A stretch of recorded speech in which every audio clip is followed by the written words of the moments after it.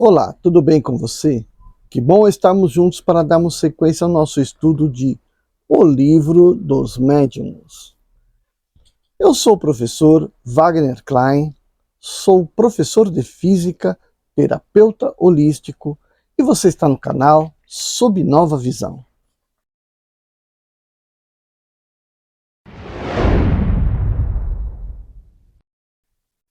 Dando sequência ao capítulo 29 das sociedades propriamente ditas. Tudo o que dissemos sobre as reuniões em geral aplica-se naturalmente às associações regularmente constituídas. Estas, entretanto, têm que lutar contra algumas dificuldades especiais que nascem do próprio laço que une os membros. Tendo sido várias vezes perguntados sobre a sua organização, as informações nós as reuniremos aqui em algumas palavras.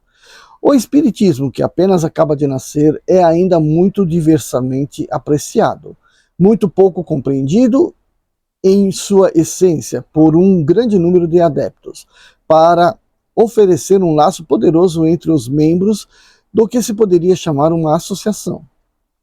Esse laço não pode existir senão entre aqueles que lhe veem o objetivo moral, o compreendem e o aplicam a si mesmos.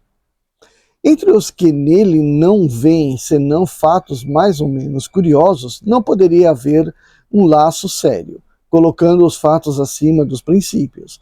Uma simples divergência na maneira de apreciá-los pode dividi-los. Não ocorre o mesmo com os primeiros, porque sobre a questão moral não pode existir duas maneiras de ver.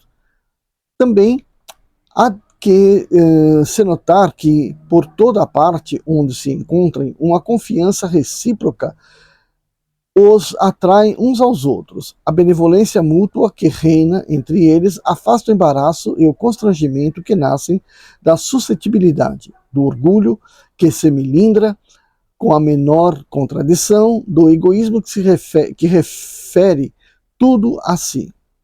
Uma sociedade onde tais sentimentos reinassem sem divisão, onde seus membros se reunissem com o objetivo de virem se instruir com os ensinamentos dos espíritos, e não na presença e não na esperança de verem coisas mais ou menos interessantes, ou para fazerem prevalecer sua opinião, uma tal sociedade, dizemos, seria não só viável, mas indissolúvel. A dificuldade de reunir ainda numerosos elementos homogêneos, desse ponto de vista, leva a dizer que, no interesse dos estudos e para o bem da própria coisa, as reuniões espíritas devem visar em se multiplicarem em pequenos grupos antes de procurar se constituírem em grandes aglomerações. Esses grupos correspondendo-se entre si, visitando-se, permutando suas observações, podem, desde o presente, formarem o núcleo da grande família espírita que consagrará, um dia, todas as opiniões e unirá os homens no mesmo sentimento de fraternidade, selado pela caridade cristã. Já vimos de qual importância é a uniformidade do sentimento para a obtenção de bons resultados. Essa uniformidade será tanto mais difícil de obter-se quanto o número for maior. Nas pequenas reuniões, conhece-se melhor e está mais seguro dos elementos que aí se introduzem. O silêncio e o recolhimento são mais fáceis e tudo se passa como em família. As grandes assembleias excluem a intimidade pela variedade dos elementos dos quais se compõem. Exigem locais especiais, recursos pecuniários e um aparelho administrativo inútil nos pequenos grupos. A divergência de caracteres, de ideias, de opiniões, aí se desenha melhor e oferece aos espíritos trapalhões mais facilidade para semearem a discórdia. Quanto mais a reunião é numerosa, tanto mais é difícil contentar todo mundo. Cada um gostaria que os trabalhos fossem dirigidos ao seu gosto, que se ocupassem de preferência com os assuntos que mais lhes interessam. Alguns creem que o título de sócio lhes dá o direito de imporem sua maneira de ver. Daí as divergências. Uma causa de mal-estar que traz, cedo ou tarde, a desunião depois da dissolução, sorte de todas as sociedades da qual sejam o objeto. As pequenas seções não estão sujeitas às mesmas flutuações. A queda de uma grande sociedade seria um revés aparente para a causa do espiritismo, e são inimigos de deixar... seus inimigos não deixariam de se prevalecer disso. A dissolução de um pequeno grupo passa desapercebida e, aliás, se um se dispersa, 20 outros se formam ao lado. Ora, 20 grupos de 15 a 20 pessoas obterão mais e farão mais pela propagação do que uma assembleia de 300 e 400 pessoas. Dir-se-á sem dúvida que os membros de uma sociedade que agisse como acabamos de dizer não seriam verdadeiros espíritas, uma vez que o primeiro dever que a doutrina impõe é a caridade e a benevolência. Isso é perfeitamente justo. Também aqueles que pensam assim são espíritas antes de nome do que de fato. Não pertencem seguramente à terceira categoria. Mas quem diz que esses sejam mesmo espíritas quaisquer? Aqui se apresenta uma consideração que não deixa de ter gravidade. Não nos esqueçamos de que o espiritismo tem inimigos interessados em lhe fazer frente, e que veem esses sucessos como despeito. Os mais perigosos não são os que atacam abertamente, mas os que agem nas sombras. Estes acariciam-no com uma mão e o difamam com a outra. Esses seres malfazejos se insinuam por toda parte, onde esperam fazer o mal. Como sabem que a união é uma força, procuram destruí-la, lançando fogueiras da discórdia. Quem diz, pois, que aqueles que nas reuniões semeiam a perturbação e a cisânia não sejam agentes provocadores interessados na desordem, infalivelmente não são nem verdadeiros e nem bons espíritas, mas podem jamais fazer o bem e podem fazer muito mal. Compreende-se que eles têm infinitamente mais dificuldades para se insinuarem nas reuniões numerosas do que nas pequenas sessões, onde todo o mundo se conhece, graças aos surdos enredos que passam desapercebidos. Semeiam a dúvida, a desconfiança e a desafeição, sob a aparência de um hipócrita interessado pela coisa. Criticam tudo, formam conciliábulos e rodas que cedo rompem a harmonia do conjunto, que é o que querem. Frente a essa gente, apelar aos sentimentos de caridade e fraternidade é falar de absurdos voluntários, porque seu objetivo é precisamente destruir esses sentimentos, que são o maior obstáculo às suas intrigas. Esse estado de coisa deplorável em todas as sociedades, ou é mais ainda nas sociedades espíritas, porque se não leva a uma ruptura, causa uma preocupação incompatível com o recolhimento e a atenção. Vou fazer aqui um pequeno comentário, né? Aqui ele está citando, né, os espíritos estão citando, que uma assembleia, né, uma reunião onde tenha centenas de pessoas, obviamente você tem centenas de indivíduos, cada um com as suas particularidades. Então, um consenso ali é mais difícil de se obter. Então, uma reunião quando você tem poucas pessoas, 15 pessoas, 20 pessoas, é muito mais fácil de você obter esse consenso. Porém, é justamente entre essas 20 pessoas que é mais fácil ter uma pessoa que seja do contra, né? Uma pessoa que esteja ali especificamente para perturbar, para desaglutinar, né? Para estragar o grupo, apodrecer, fazer a cisão do grupo. Bom, então é muito fácil a gente encontrar alguma pessoa dentro de um grupo que esteja ali a fim de quebrar a união, né?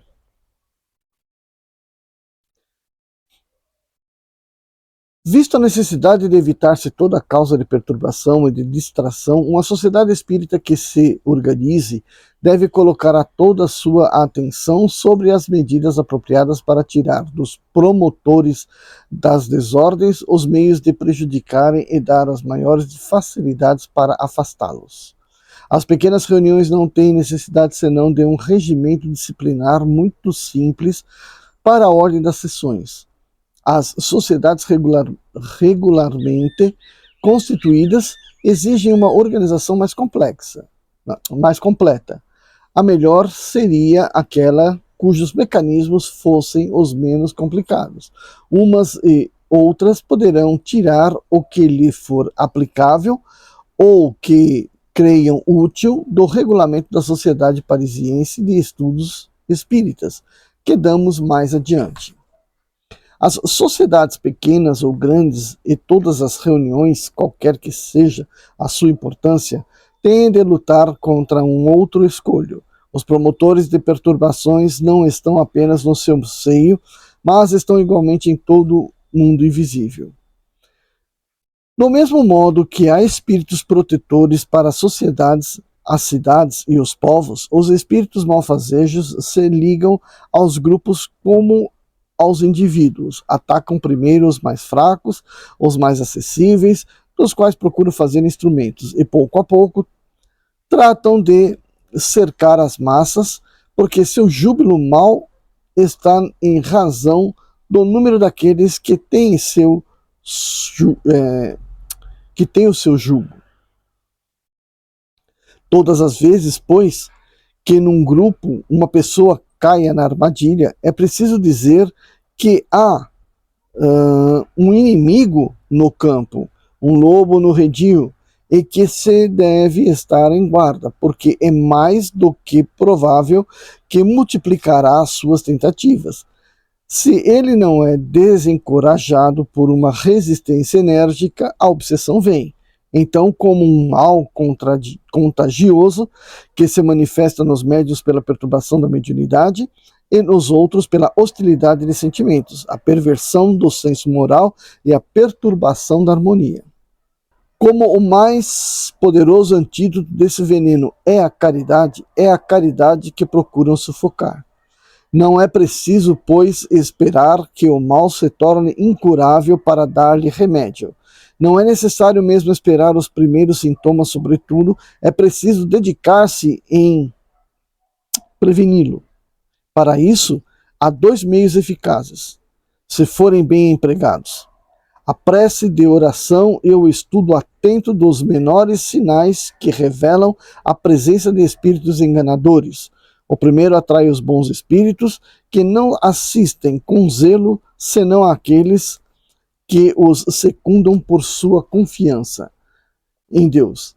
O outro prova aos maus, que estão tratando com pessoas bastante clarividentes e bastante sensatas, para não se deixarem enganar.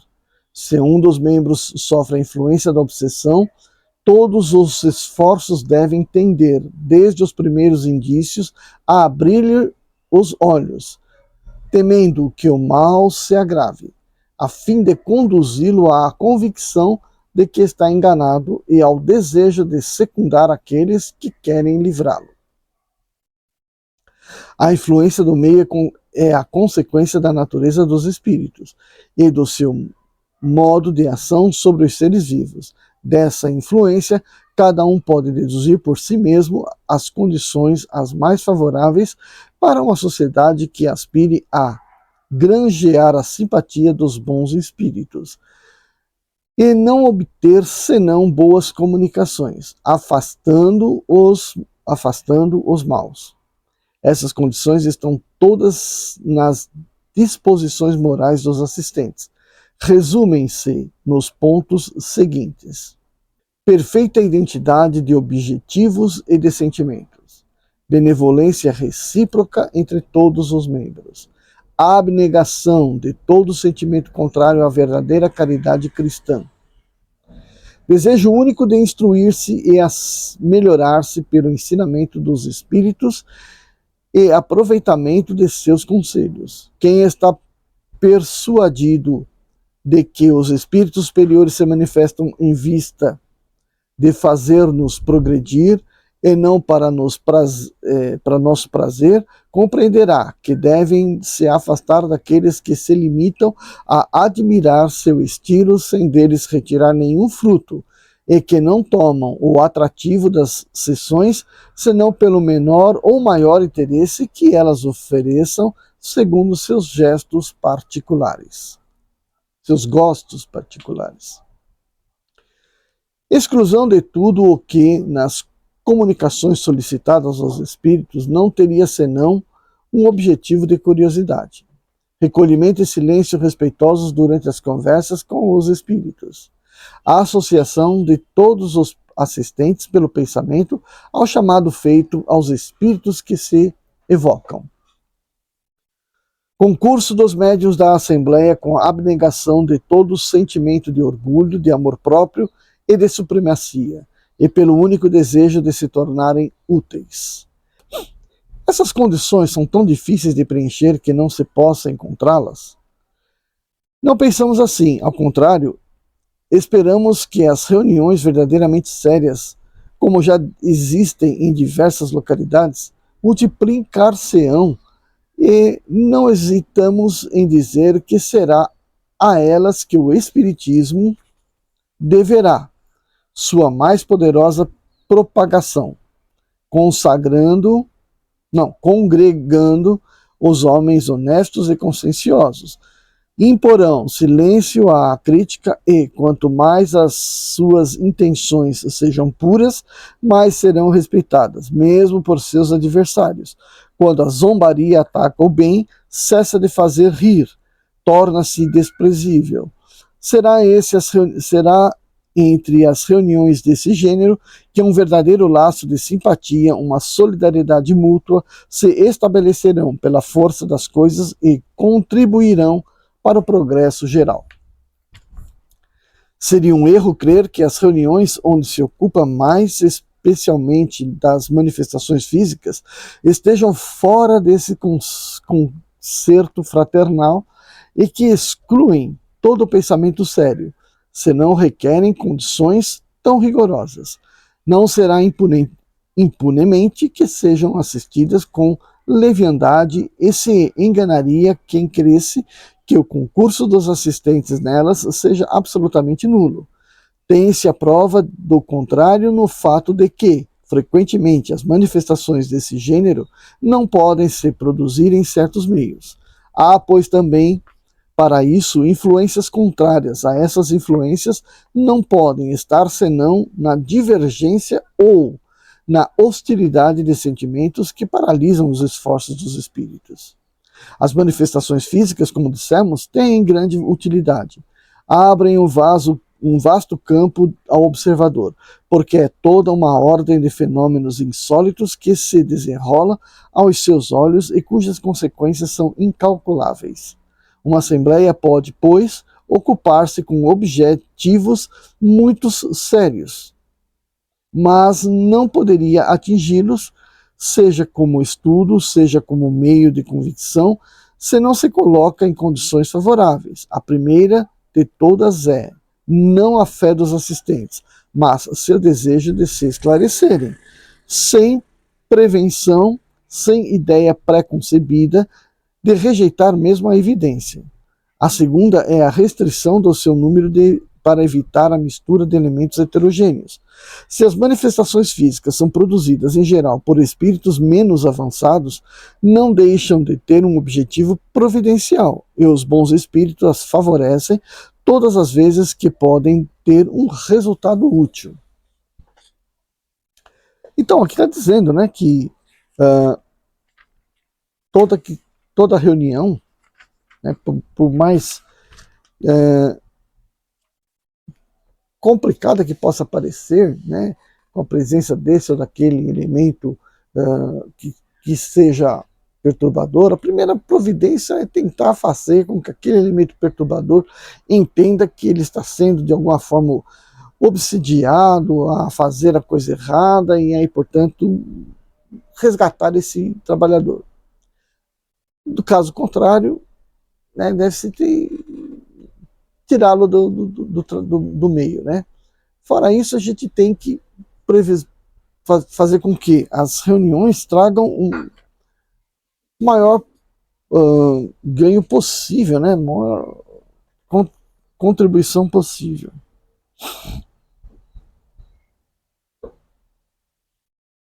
Bom, segue. Assuntos de estudo. Quando forem evocados parentes e amigos, alguns personagens célebres, para comparar suas opiniões do além-túmulo com as que tiveram em sua vida, frequentemente fica-se embaraçado para alimentar as conversas, sem que se caia nas banalidades e nas futilidades. Muitas pessoas pensam, por outro lado, que o Livro dos Espíritos esgotou a série de perguntas de moral e de filosofia. É um erro. Por isso, é talvez útil indicar a fonte de onde se pode tirar assuntos de estudo, por assim dizer, ilimitados. Se a evocação de homens ilustres, de espíritos superiores, é eminentemente útil pelo ensinamento que nos dão, a dos espíritos vulgares não o é menos, se bem que sejam incapazes de resolver as questões de alta importância, pela sua inferioridade. Eles se pintam a si mesmos, e quanto menos a distância que os separa de nós é grande, mais neles encontramos relações com a nossa própria situação, sem contar que nos oferecem, com frequência, traços característicos do mais alto interesse, como explicamos acima. Falando da utilidade das evocações particulares. São, pois, uma mina inesgotável de observações, não tomando mesmo senão os homens cuja vida apresente alguma particularidade, sob o aspecto do gênero de morte, da idade, das boas ou más qualidades, de sua posição feliz ou infeliz sobre a terra, dos seus hábitos, do estado mental e etc. Com os espíritos elevados, o quadro de estudo se alarga, além das questões psicológicas que têm um limite, pode-se propor-lhes uma multidão de problemas morais que se estendem ao infinito em todas as posições da vida. Sobre a melhor conduta a se ter em tal ou tal circunstância dada, sobre nossos deveres recíprocos, etc. O valor da instrução que se recebe sobre um assunto qualquer, moral, histórico, filosófico ou científico, depende inteiramente do estado do espírito que se interroga. Cabe a nós julgar. Além das evocações propriamente ditas, os ditados espontâneos oferecem assuntos de estudo ao infinito. Consistem em esperar o assunto que apraza aos espíritos tratarem. Vários médios podem, nesse caso, trabalhar simultaneamente. Algumas vezes pode-se chamar um espírito determinado. O mais ordinariamente se esperam aqueles que queiram se apresentar. E, frequentemente, eles vêm de maneira mais imprevista. Esses ditados podem, em seguida, dar lugar a uma multidão de perguntas cujo tema se encontra, assim, todo preparado. Devem ser comentados com cuidado para se estudar todos os pensamentos que encerram, e julgar se trazem consigo um cunho de verdade. Esse exame feito com severidade é, como dissemos, a melhor garantia contra a intrusão de espíritos enganadores. Por esse motivo, assim como para instrução de todos, poderá ser dado conhecimento das comunicações obtidas fora da reunião. Há aí, como se vê, uma fonte inesgotável de elementos eminentemente sérios e instrutivos. As ocupações de cada sessão podem ser reguladas assim como segue. Primeiro, leitura das comunicações espíritas obtidas na última sessão, passadas a limpo. Segundo, relatórios diversos, correspondência, leitura de comunicações obtidas fora das sessões, relação de fatos interessando ao espiritismo. Terceiro, trabalhos de estudo, ditados espontâneos, perguntas diversas e problemas morais propostos aos espíritos, evocações. Quarto, conferência, exame crítico e analítico das diversas comunicações, discussão sobre os diferentes pontos da ciência espírita. Os grupos nascentes são, algumas vezes, tolhidos em seus trabalhos por falta de médiums. Os médiums, seguramente, são um dos elementos essenciais das reuniões espíritas, mas não são o elemento indispensável, e haveria erro em crer que, com a sua falta, nelas nada haveria a se fazer. Sem dúvida, aqueles que não se reunissem senão com um objetivo de experimentação não poderiam fazer mais sem médiums do que os músicos em um concerto sem instrumentos. Mas os que têm em vista um estudo sério têm 1000 motivos de ocupação tão úteis e proveitosos como se pudessem operar por si mesmos. Aliás, as reuniões que têm médiums podem acidentalmente encontrar-se sem eles e seria deplorável que crescessem. Nesse caso, nada mais ter a fazer do que se retirar. Os próprios espíritos podem, de tempos em tempos, colocá-los nessa posição, a fim de ensinar-lhes a passar sem eles. Diremos mais, que é necessário para aproveitar seus ensinamentos consagrar um certo tempo para meditá-los. As sociedades científicas não têm sempre os instrumentos de observação sob os olhos e, todavia, não têm dificuldades de encontrarem assuntos de discussão. Na ausência de poetas e oradores, as sociedades literárias leem e comentam as obras de autores antigos e modernos. As sociedades religiosas meditam sobre as escrituras. As sociedades espíritas devem fazer o mesmo e tirarão um grande proveito para seu adiantamento, estabelecendo conferências nas quais se lerá e comentará tudo o que se referir ao espiritismo, pró ou contra. Então, fazendo um adendo aqui, né? Eu já comentei num outro vídeo sobre a criação da apometria, né, na década de 60, 70 ali, no Rio Grande do Sul. E José de Alencar, né? E ele não era médium, né? Ele estudou, conheceu, entendia muito do espiritismo, e ele veio com uma proposta um pouco mais analítica, científica, né? E aí, portanto, ele foi desenvolvendo a apometria, as leis da apometria, usando-se de outros médios, mas ele em si não era médium. E por isso conduzia, e nem por isso deixou de conduzir muito bem os seus estudos. E aí, no final das conversas, a apometria vem crescendo, né? Depois do seu falecimento e tal, na década de 90, se não me engano, a apometria veio crescendo e espalhando pelo Brasil inteiro.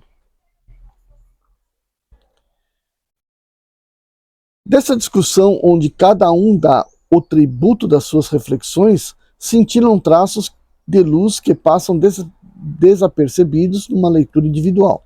Ao lado das obras especiais, os jornais fornecem fatos, relatos, eventos, sinais de virtudes ou de vícios que sobressaem de graves problemas morais, que só o Espiritismo pôde resolver.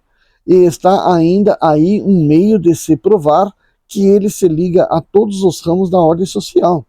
Colocamos em causa que uma sociedade espírita que organizasse seu trabalho nesse sentido, procurando os materiais necessários, não encontraria bastante tempo para dará as comunicações diretas aos espíritos. Por isso, pedimos sobre esse ponto a atenção das reuniões verdadeiramente sérias, as que têm mais ânimo para se instruírem do que para procurarem um passatempo.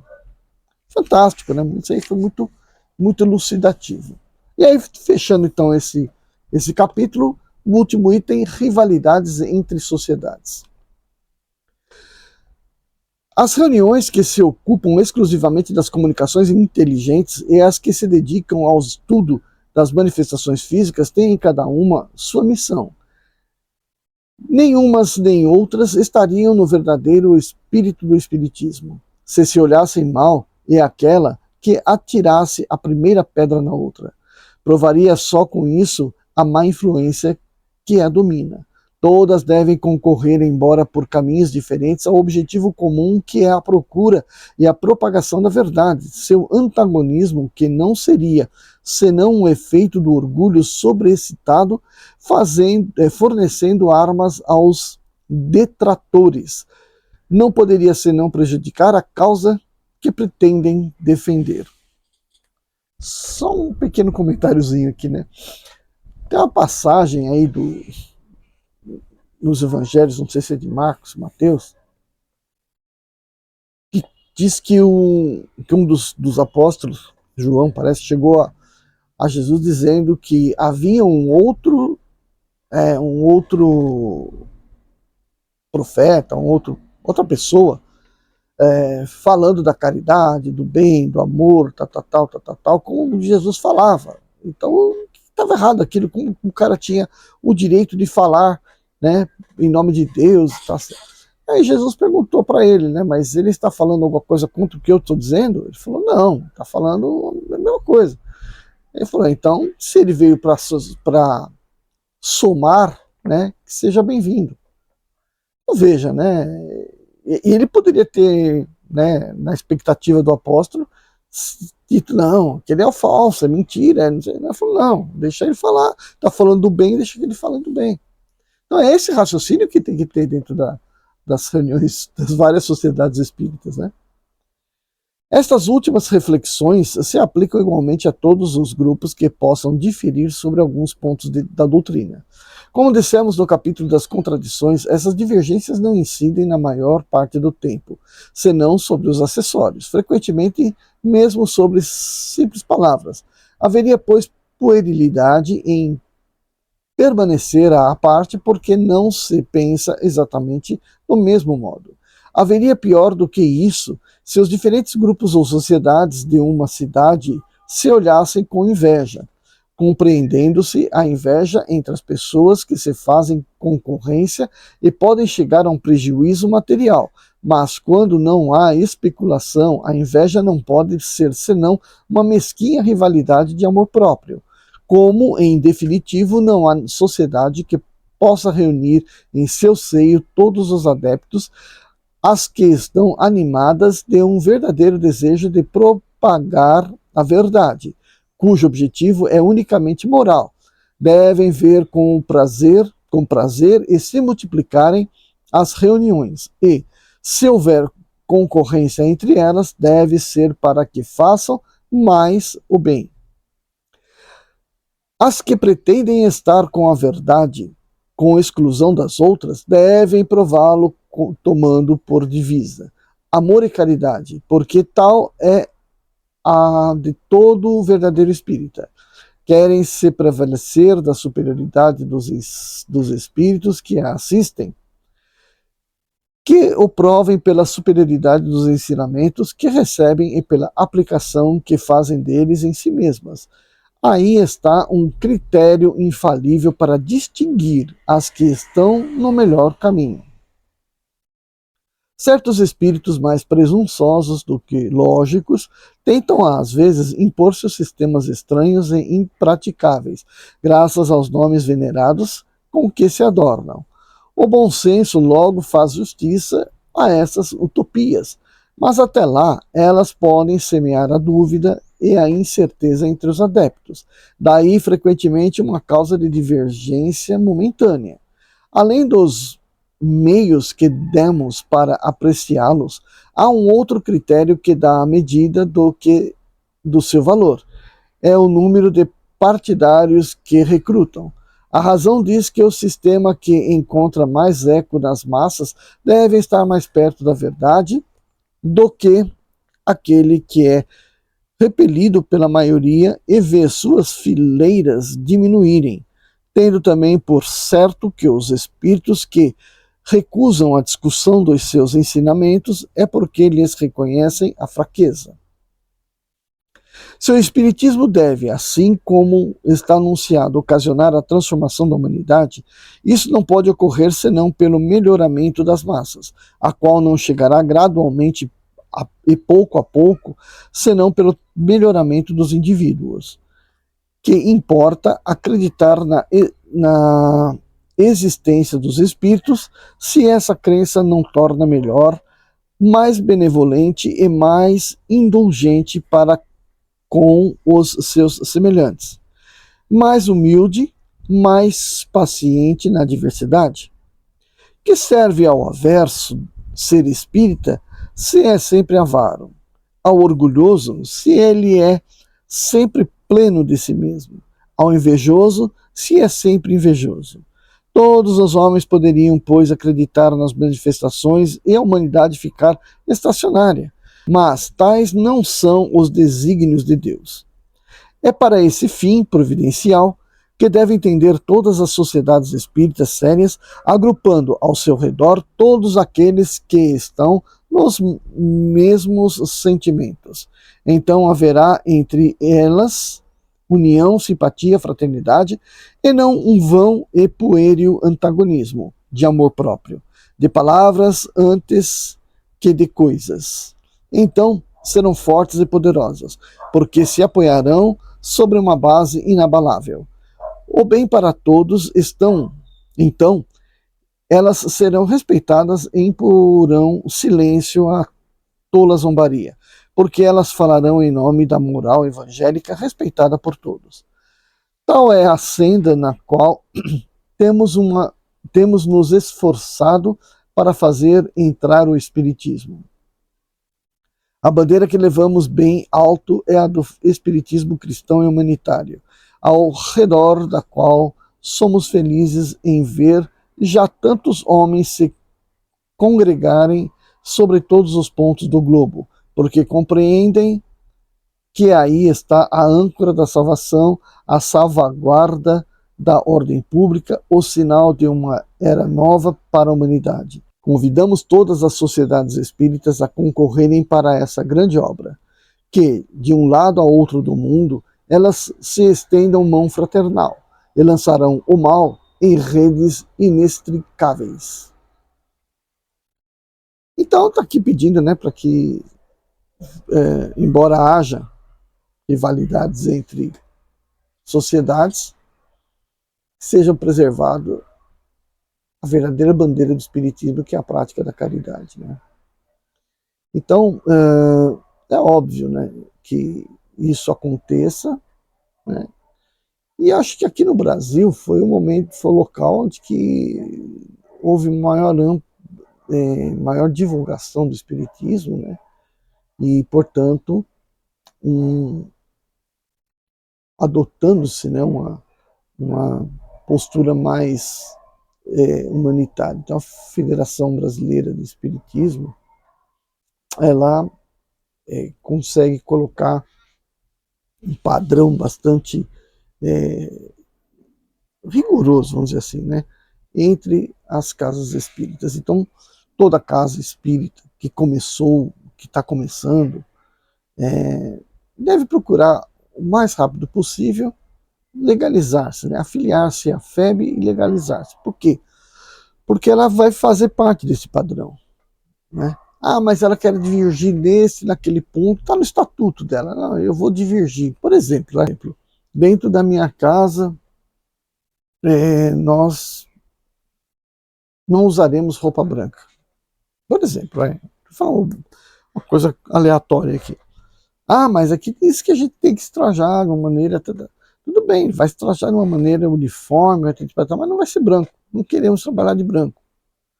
Por quê? Porque, sei lá, algum motivo os faz não querer a cor branca. Beleza.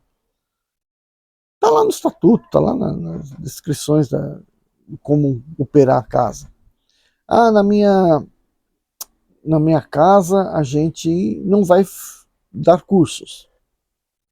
Ah, por que não vai dar curso? Ah, porque a gente não tem estrutura para dar os cursos. Tudo bem, está lá no estatuto que não vai dar cursos. E aí vai, cada um, né, faz uma adequação no seu estatuto conforme as suas próprias condições.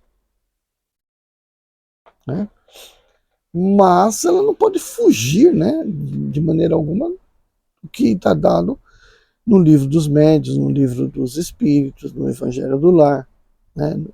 Não pode fugir a Pentateuca aqui do Allan Kardec. Né? E, bom, gente, dando sequência ao Pentateuco, né, aos livros do Allan Kardec, a gente vai falar também da Gênese, né? Logo faltando aqui mais um capítulo do livro dos médiuns. Vamos partir para a Gênese e também o terceiro livro, que é o Evangelho segundo o Espiritismo. Só que o Evangelho segundo o Espiritismo será trabalhado de uma outra forma. Ele vai ser semanal, ok? E vai ser apresentado na forma de Evangelho no Lar. Para que você, que nunca praticou Evangelho no Lar, e que não tem muita paciência de fazer sozinho a leitura, né, do Evangelho em casa, mas que você também tem essa oportunidade. Então eu vou fazer esses vídeos, toda semana um pedacinho do Evangelho, e você vai ter todo o nosso ritual natural para o Evangelho do Lar, e você acompanha no horário que você achar interessante para você, desde que seja sempre o mesmo. Ah, eu vou fazer domingo de manhã. Faça sempre domingo de manhã. Ah, eu vou fazer de sábado às 8 horas da noite. Faça todos os sábados às 8 horas da noite. Ah, mas eu estudo, então eu prefiro fazer 2 horas da tarde na terça-feira. Faça toda terça-feira, 2 horas da tarde. Não mude o horário. Por quê? Porque durante o Evangelho no Lar, tenha certeza de que você vai estar sendo acompanhada pela espiritualidade superior. E aí haverá sempre os acompanhantes espirituais aí, trazendo mais perto de você, fortalecendo as ligações sua com os seus mentores, seu anjo de guarda, seus espíritos familiares. Bom, então o Evangelho segundo o Espiritismo é o nosso próximo trabalho, simultâneo à Gênese, mas que será um vídeo por semana, tá bom? Deixa seu like, se inscreva no meu canal, compartilhe. Vejo você no próximo vídeo. Tchau, tchau. Comece bem o seu dia, deve a tristeza tirar, e por somente alegria. Sei, sei,